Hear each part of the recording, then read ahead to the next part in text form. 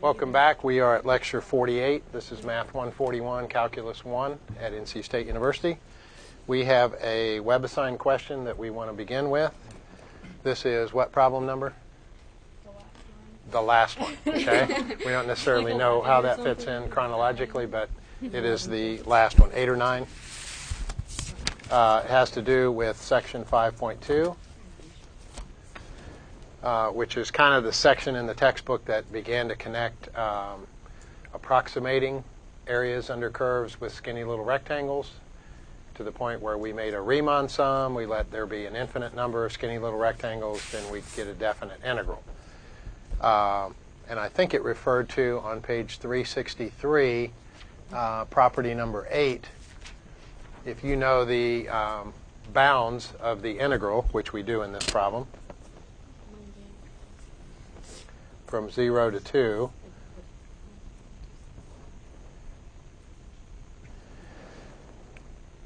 then maybe we can't integrate this thing at this point in time. In fact, I don't know that we'll ever in this course get to the point where we can integrate this, and we ought to talk about that, why this is not integrable.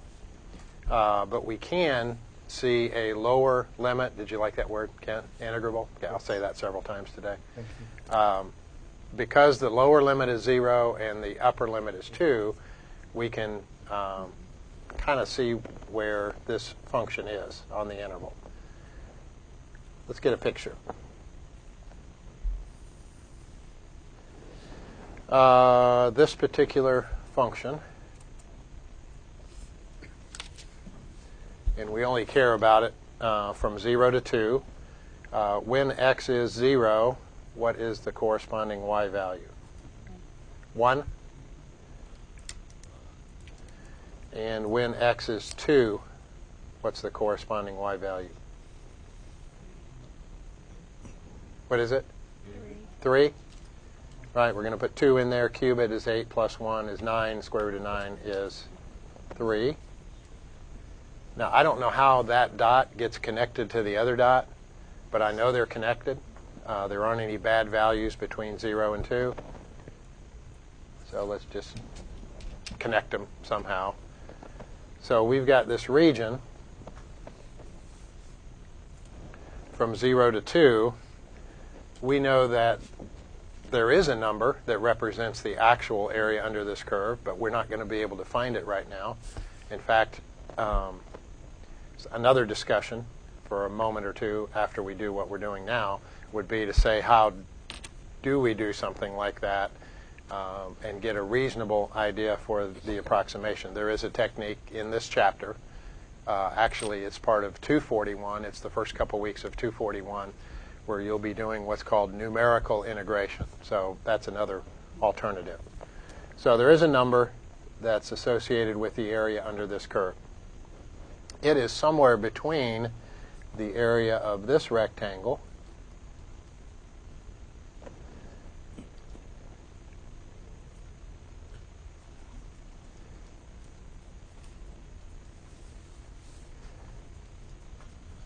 So the smaller rectangle is how wide?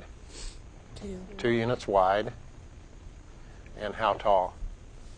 1. So the area of that smaller rectangle is 2. And then the area of the larger rectangle, which basically captures this top point. I know it's too cluttered. I apologize for that. But the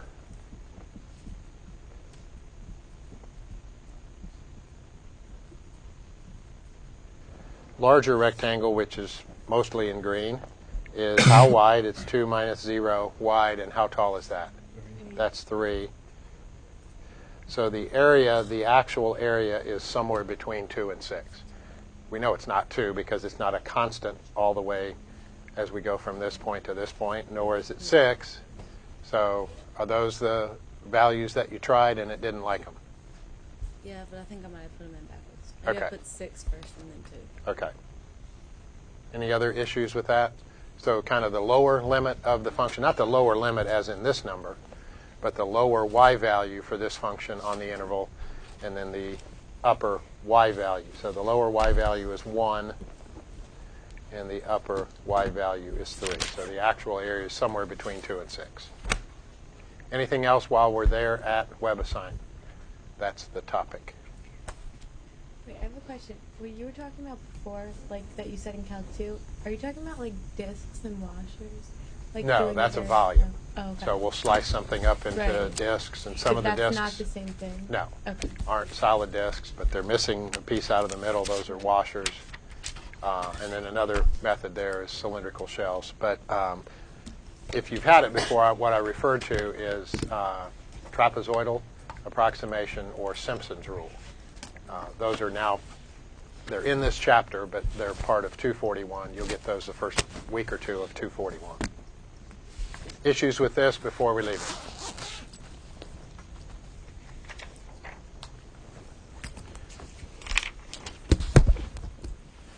All right, 5.3 deals with this technique that we're doing, evaluating definite integrals.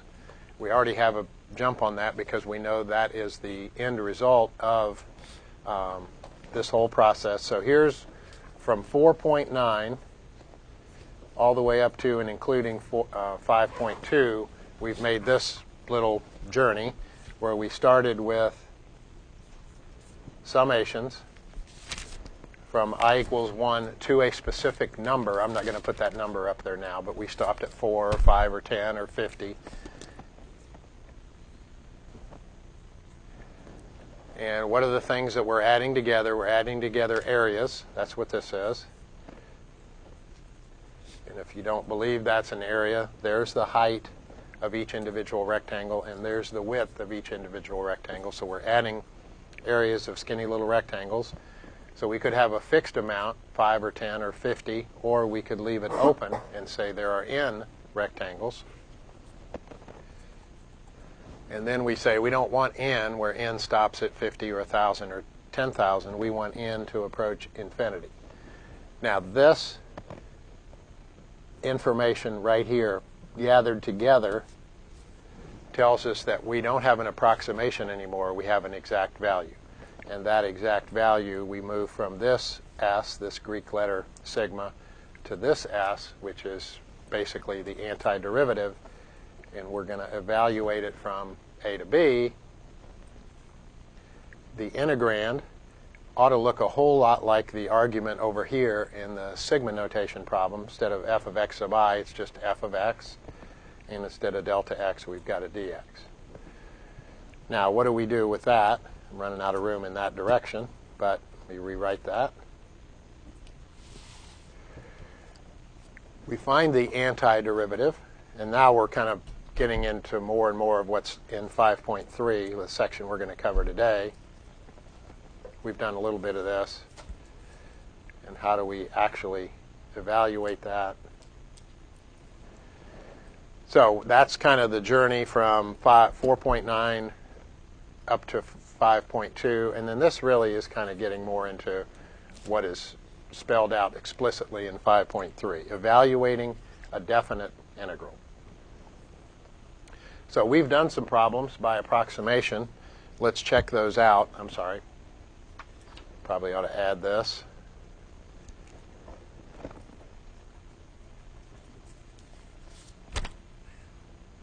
How are capital F and little f related? If we took the derivative of capital F, we would be back to little f. So capital F is the antiderivative of little f of x. And that may or may not be true in another math textbook that you look at, but that's the notation in this textbook. Okay, we approximated this. In fact, this is one of the first problems we did when we were approximating. We wanted to know the area under the curve y equals x squared from x equals 0 to x equals 1. In fact, I copied a page of the book where it went from 10 rectangles to 30 rectangles to, I think, 50 rectangles. And we kept getting closer and closer to the actual value, which I said was 1/3, but we've never actually kind of gone through that problem. So let's do that. You'll begin to appreciate how much quicker all this stuff is. What's the antiderivative of x squared?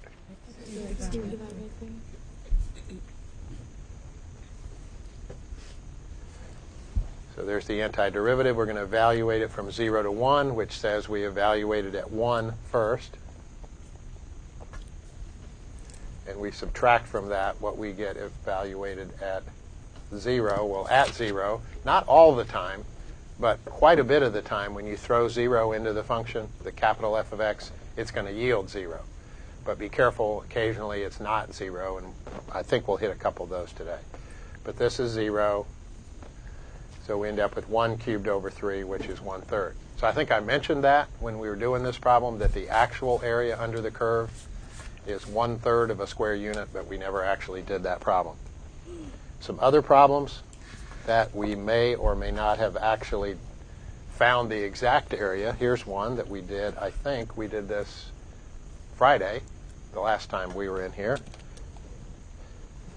And we used the midpoint rule, I think. I think that's what, this is the example we used the midpoint rule. We got about 0.69 something. But let's see what the exact value is. I want to get a variety today of polynomials, things for which we can't use our general rule here. Add 1 to the power, divide by the new power. Why not? It should be 0. Because there's two reasons. Because it has its own antiderivative, which is natural log. And if we chose to use the power rule, we'd add 1 to the power, divide by the new power. We'd be dividing by 0. So that method isn't going to work. It worked up here. Add 1 to the power, divide by the new power. Not going to work here. It's the natural log of the absolute value of x, which is natural log 2. I'm going to go ahead and leave the absolute value off because it is positive, minus the natural log of 1. So the exact answer, which is kind of always the best answer, is the natural log of 2. If you did an approximation for that, 0.6931 or 0.6932, I can't remember, one of those two. Is it 3.1? 3.1? But this is the best answer, natural log of 2. That's the exact area under that curve from x equals 1 to x equals 2. We did this problem. It was a trapezoid. So we've got this line, not a horizontal line, but some other oblique line in the plane. We want the area under that line from 1 to 3. If you picture it, it's a trapezoid. We can quickly and easily integrate and evaluate. Antiderivative of 2, 2x, antiderivative of 3x. Evaluate that from 1 to 3. So at 3, we've got 2 3's.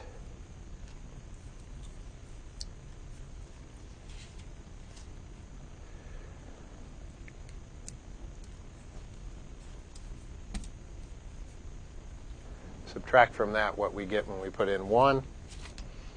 So let's see what we get. 6, be 9, 27, 27 halves. Is that right? Everything that follows gets subtracted. We're going to subtract 2, and we're going to subtract 3 halves. So 6 minus 2 is 4. 27 halves minus 3 halves is 24 halves, which is 12. So 12 and 4, 16. I think we actually checked that one when we did this problem. So we had a trapezoid, we pictured it, we subdivided it into pieces, and we got that the area was 16. You like this method a whole lot better? Mm-hmm. You can choose to use Riemann sums the rest of your life if you so choose.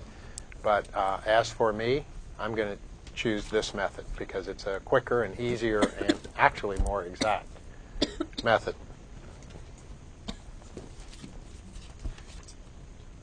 Okay, I don't think we've done an example quite like this. So those kind of validated some other problems that we've done. Here's what we're talking about. Y equals e to the x. Looks something like that. And we want the area under there from 1 to 3.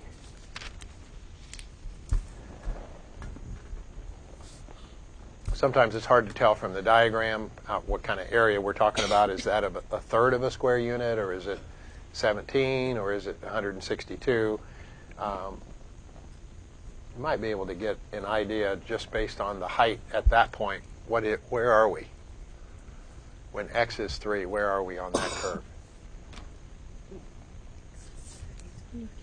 E cubed? What is e cubed? E squared is 7.29, something like that. No. 20.09. Thank you. So we're talking about a substantial distance here. It doesn't look that much on my little sketch, but we would expect the area to be kind of substantial. The integral is easy, right? What's the integral of e to the x? E to the x. Is itself. So very easily we're getting to a solution. There's the exact answer, and then we could get a decimal approximation. E cubed, we know what that is. And then we could subtract e from that. What is e cubed minus e approximately? 3, 6? Does that work? But again, this is the better answer. When in doubt, give the exact answer. Okay, let's find the area under the sine graph.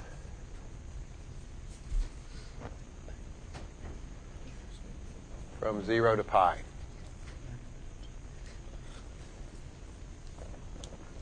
So here's a picture. You don't need a picture, but certainly whenever things are a little difficult, a picture might help. So we're going from 0 to pi. So we want that part of that. You'd expect it to be some complicated answer, some weird, wild decimal. Probably not the case. What's the antiderivative of sine? Negative. Negative cosine? Yep. Evaluate from 0 to pi. So negative cosine pi. Negative cosine 0. Cosine of pi, think about the cosine curve and where it is kind of halfway through its cycle. Where is it? 0. Cosine of pi, negative 1. And we're going to negate negative 1, so that's 1. And then cosine of 0, where is cosine when it starts? It's at 1. So we're going to subtract negative 1.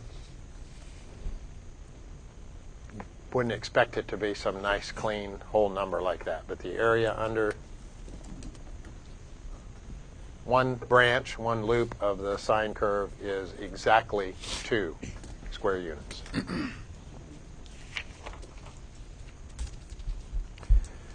There is a table of integrals, not a comprehensive table of integrals by any means, but in your book, in this section, it looks something like this.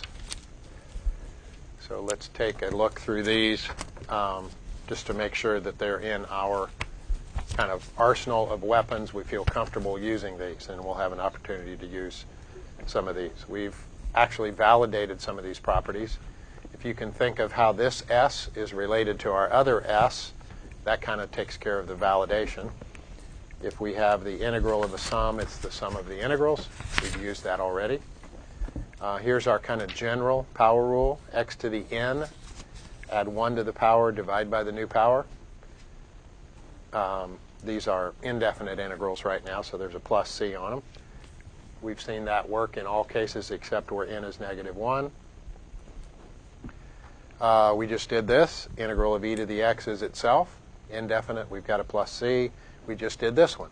Integral of sine of x is negative cosine of x. And we could work our way down this list. If you see a secant squared, you ask yourself the question, what has secant squared for its derivative? Tangent, right? So if you know the tangent rules, basically throw them in reverse. What has secant tangent for its derivative? Be secant.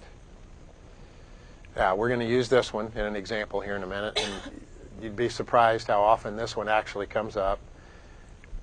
This may not be something that you recall, and maybe we ought to do a little more with it than just look at this formula right here. what is it that has 1 over 1 plus x squared for its derivative? That's inverse tangent. Does that ring a bell? A distant bell? No? Okay. I was thinking we probably ought to do a little bit more with that to kind of help that one get refreshed. And while we're talking about this one, let's just go across the page to this one. What is it that has 1 over the square root of 1 minus x squared? We haven't done a lot with that, but there is something we have done. The derivative of the inverse sine is this. So we might ought to take these two, kind of derive them, and then kind of anti-derive them. What has cosecant cotangent for its derivative? Well, nothing has exactly that for its derivative, but if we had a negative sign in front of it, it would be cosecant, right? Derivative of cosecant is what? Negative cosecant cotangent. So we don't have the negative. We've kind of got to compensate for that. What is it that has cosecant squared for its derivative? Another sign correction, SIGN correction. Derivative of cotangent is negative cosecant squared. So antiderivative of cosecant squared is negative cotangent. And we could work our way back up the list. What is it that has cosine for its derivative? Sine. No SIGN changes there. Don't think we've done anything like this yet. If we have 3 to the x dx, it integrates to 3 to the x over the natural log of a. Maybe we ought to do something with that one, and that one to kind of help this chart look really easy. We just did one of these, antiderivative or integral of 1 over x, natural log of x, absolute value. And what can we do with a constant? We can bring it out in front and leave the function there and just anti-differentiate the function.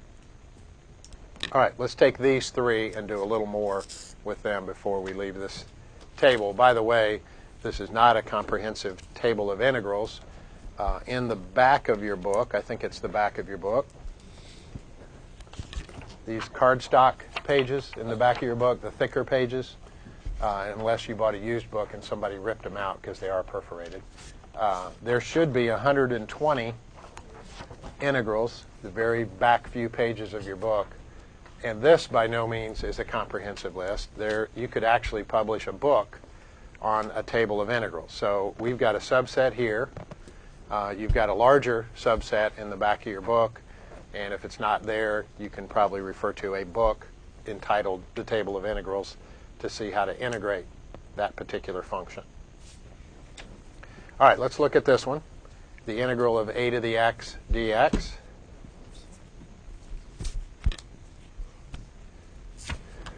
So let's review our derivative rules, and then we'll try to throw that derivative rule in reverse and see what the corresponding antiderivative rule is.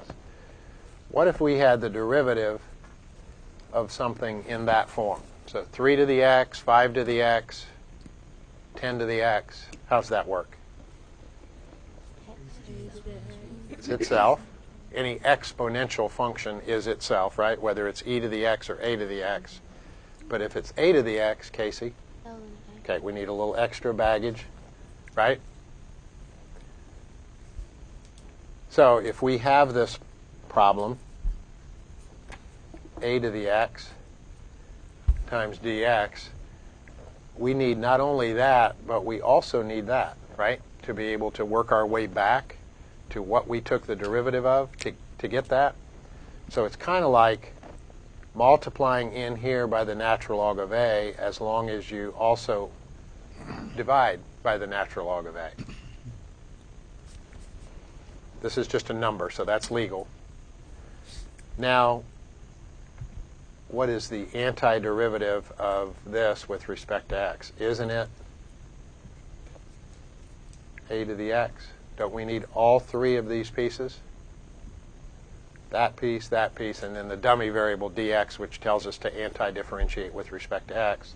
But if all of those are there, we can work our way back to a to the x. But what happened along the way, we realized we were shy this factor natural log of a. We multiplied by it. We also multiplied by its reciprocal. So we're kind of stuck with this factor as well. So in other words, it's missing something, right? It's missing the natural log of a, so our answer can't just be a to the x. It's got to be a to the x over natural log of a. We'll do, if this bothers you, that I multiplied by natural log of a and also divided by natural log of a.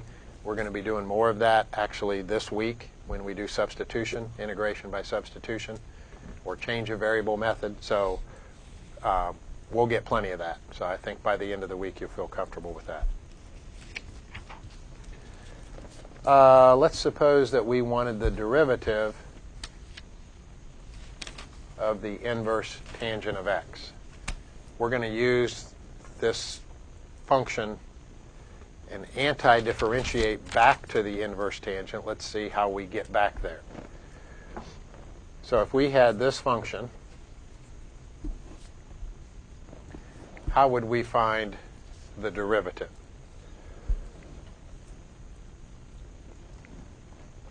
I would get it out of the inverse tangent. So if y is the inverse tangent of x, isn't y the angle in this statement?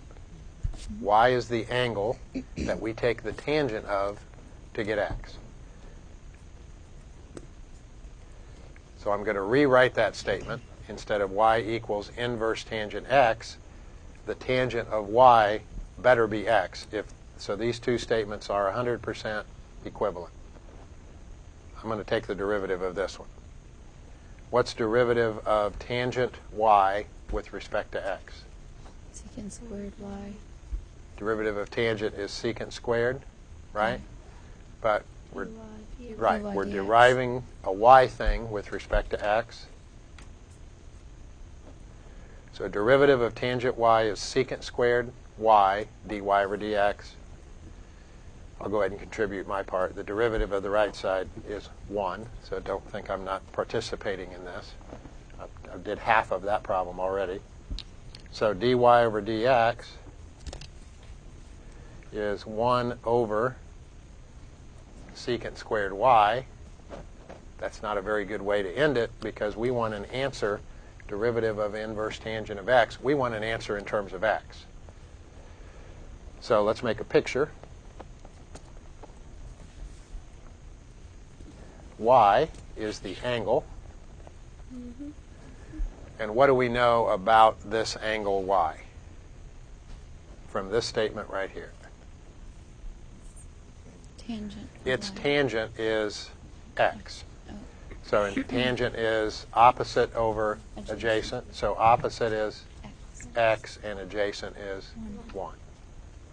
So that statement gives us this diagram. And we want the secant squared of y. Well, let's go ahead and figure out what the hypotenuse is. If one of the legs is 1 and the other leg is x, what's the hypotenuse? Square root of, right? By Pythagorean theorem. So now everything we can pull right off of that triangle. Secant squared, well, I don't know. I think about cosine first and then flipping it. What's the cosine of y? Adjacent over hypotenuse? Well, if that's the cosine, what's the secant? Square root of x squared is 1. Flip it, right? We've got 1 over that radical as cosine. Secant is its reciprocal. So we want secant of y. Actually, we want more than that. We want secant squared of y. So what goes in the bottom? X squared plus 1. That square root squared, there's the derivative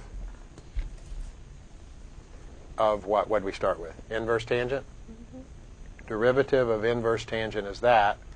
Well, if the derivative of inverse tangent is that, what's the antiderivative of something that looks like this? It'd be inverse tangent. So that integrand,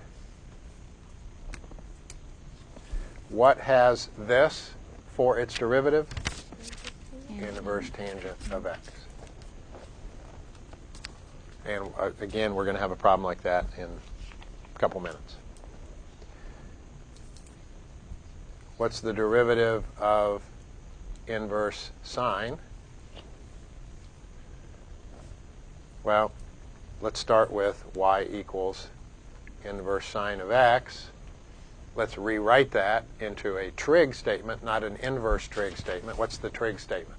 Sine y equals x. Sine of y equals x. These two statements are equivalent. What's derivative of sine of y? Cosine of y. dy over dx. Derivative of x is 1. If we want to solve for dy over dx, it's 1 over cosine y. How do we figure out what cosine of y is equal to? Take a picture.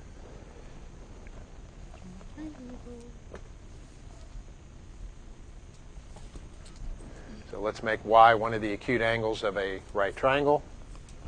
Sine of y is x. How do I label this triangle? X over 1, opposite. Opposite Over is adjacent, or hypotenuse. x, and Hypotenuse is 1. hypotenuse is 1. So what's that make the third side? X, 1 minus x. Square root of 1 minus x. Square root of 1 minus x squared, Yes. right? By Pythagorean theorem. So 1 over cosine of y. What is cosine of y? 1 over square root. Here's y, so it would be adjacent over hypotenuse. This thing over 1. So what's the derivative of the inverse sine? There it is. So if that's derivative of inverse sine, what's the antiderivative of something that looks like that? Inverse sine. We just did that.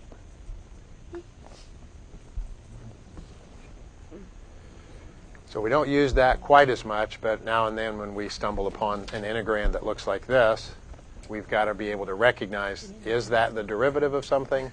Yes, that's the derivative of the inverse sine. So we can anti-differentiate our way back to inverse sine.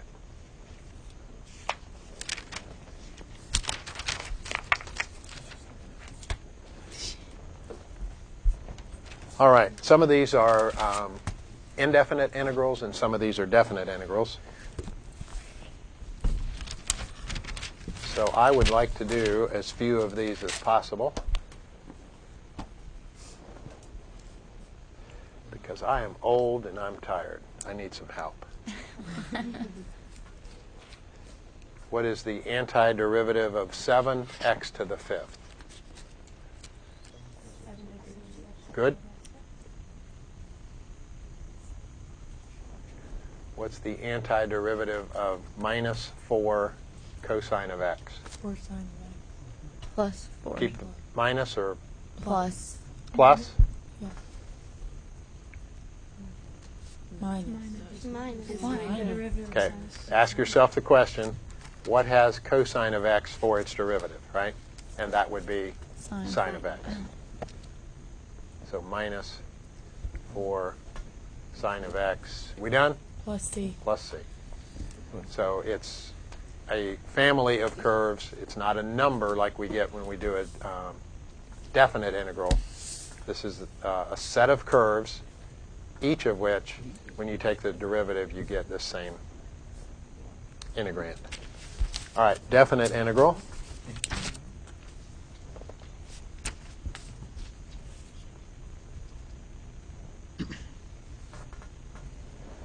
This is just kind of sampling from the different regions of this table of indefinite integrals. Only now we're going to evaluate from 0 to 3.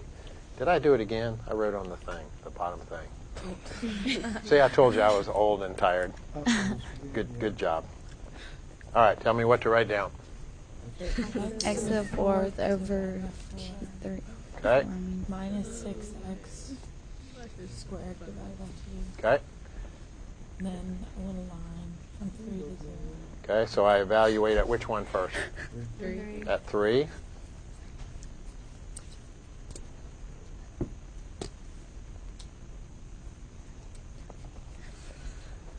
So subtract from that what we get when we put in 0. Most of the time, we're going to get 0 when we plug in, but not all the time. So it's worth it to look at it. Is this term 0? Yes. And is this term 0? Yes. So 81 fourths minus 54 halves, 27. Does that look right? What is 81 fourths? How did you get 54? Be 9. 8 squared. Isn't that 8 squared? That's 3. Oh, That was 3. Sorry. Yeah, this unfortunately is not Okay. thin enough to, it kind of looks like a blob of blue there. But that blob of blue is actually 3 squared. So there's 9 times 6, 54 over 2, 27. Is that a positive answer or negative? Negative? Yeah. So negative what? Negative 27 fourths. 6.75? So what had to happen? Under the Okay. Either the whole thing is under the axis, or there's more under the axis than there is above the axis, right? Because the negatives kind of won out in this problem.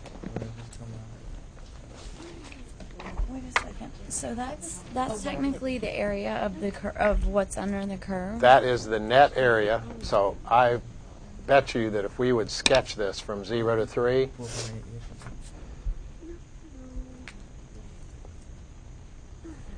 I don't know if it's all under the axis. Cubic equation. Even if it has some positive, it has a whole lot more than negative.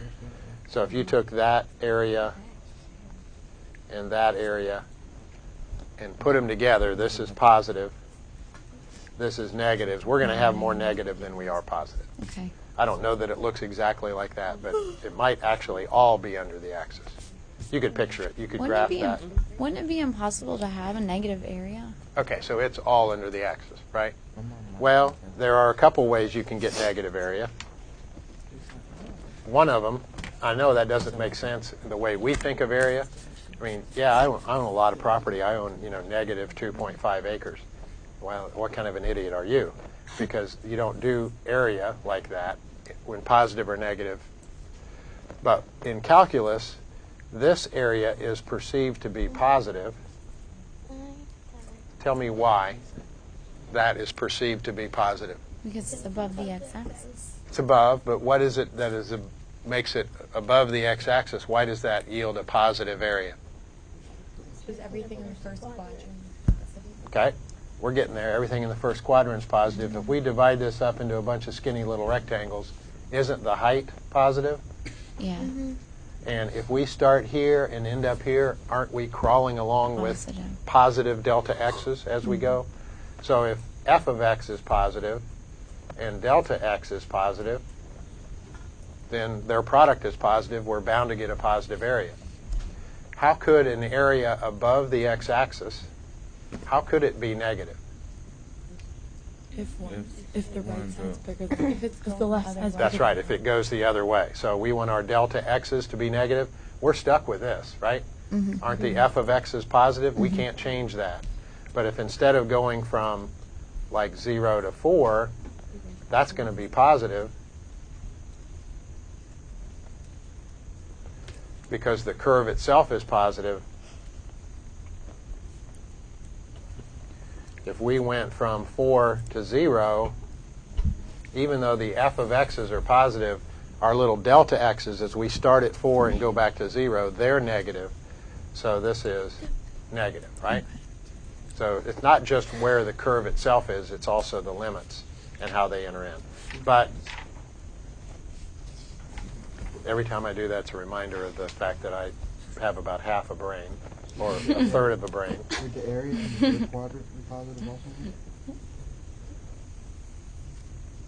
Yeah. Well, anything that's under the right. So let's take this region right here. If we go from 0 to 4, I'm just making up some numbers. If we go from 0 to 4, we would expect this to be negative, right? Is that correct? Why? If you had to explain that to somebody, The height. Because is f the of height x of is each little rectangle. negative. How do you get from here down to here? That's a negative value. So if the heights are negative and the widths are positive, So which if you negative. start at 0 to 4, they're going to be positive as you take incremental values along the way. So we would expect for the area to be negative. And how could the area under the x-axis be positive if you went the other way? Instead of from 0 to 4, you went from 4 back to 0. Let me switch this without looking. Yeah. I have okay, this, I don't know what the web design question is. Maybe she can look it up. But if you have like a bunch of different integrals, like, I don't know, like 0 to 4, like 1 to 2, and it's asking you for like a specific like 0 to 3, how are you supposed to like find? Oh, I don't know what question was. Well, is part of it positive and part of it negative? It doesn't give you the actual. It doesn't give you any graphs, but like It just it gives you a gives you bunch the of different area. integrals, and then it wants you to like find a specific point that's like kind of in between them. Okay. If you can find it, we'll do it because we're going to have time today based on what we have left. Well, not really, but we'll just forego some of this stuff till tomorrow. You got it? Thanks, Kelly. Yay. Yay. Kelly to the rescue. You did it. Sad space. Okay, so this is number 6 in WebAssign. No,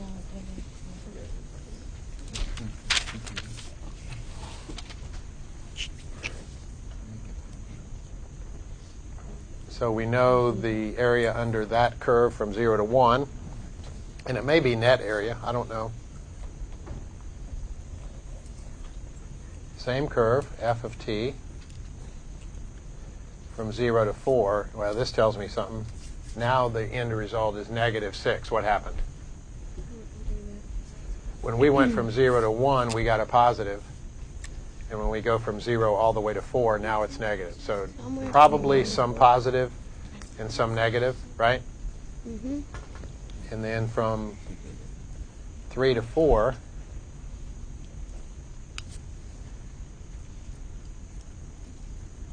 it's 1. So we'll see if we can get some kind of a picture for these things, which are fact. And then we want to come up with the area from 1 to 3.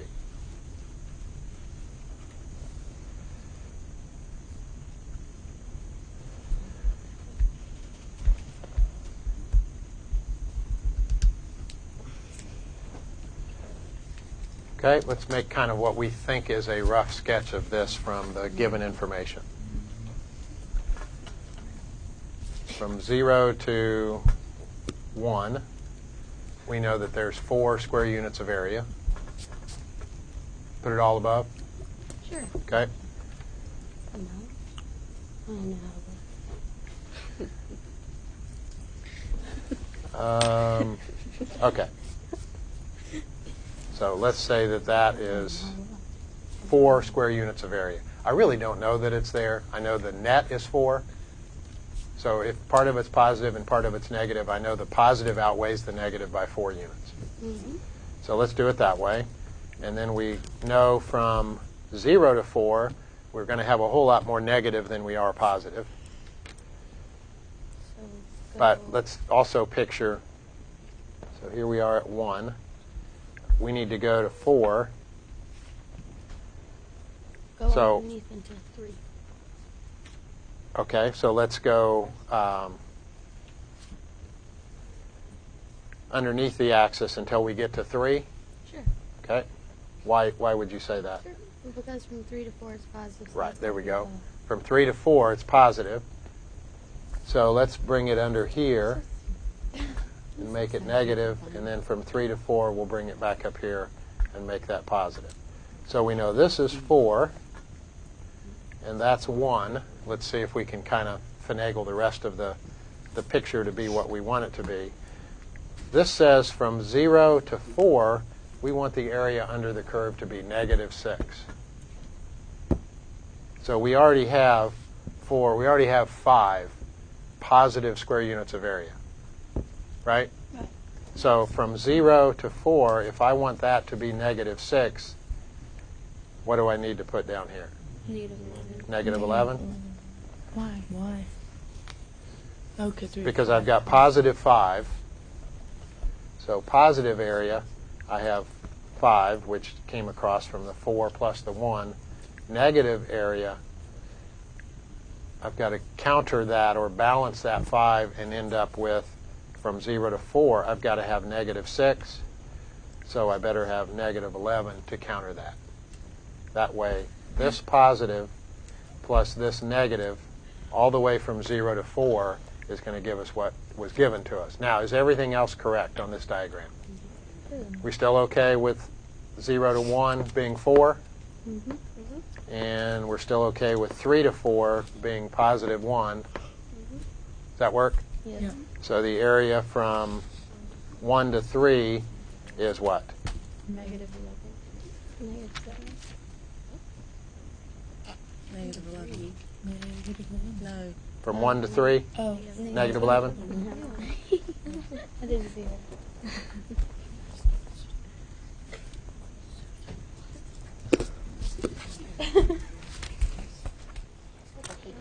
Pass that back, negative would you, 10. to Kelly?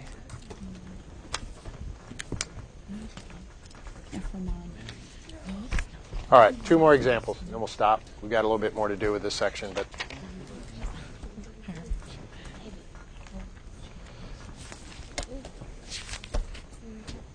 trying to get some more examples of different things.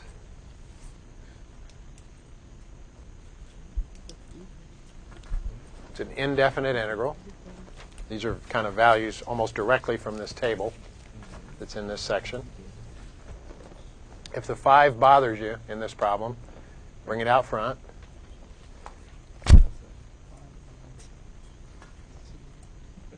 And the same thing with the 11. If the 11 is getting in your way, just bring that out in front.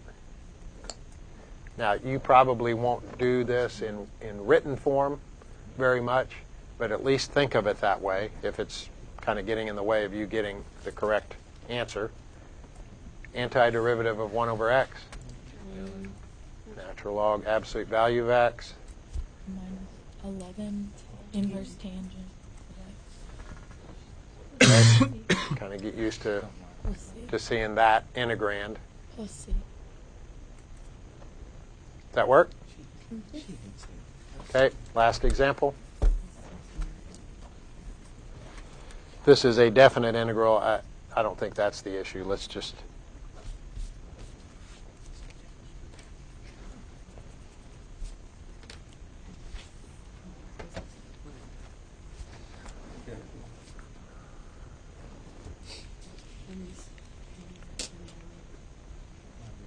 What's that line mean? Divided by, right?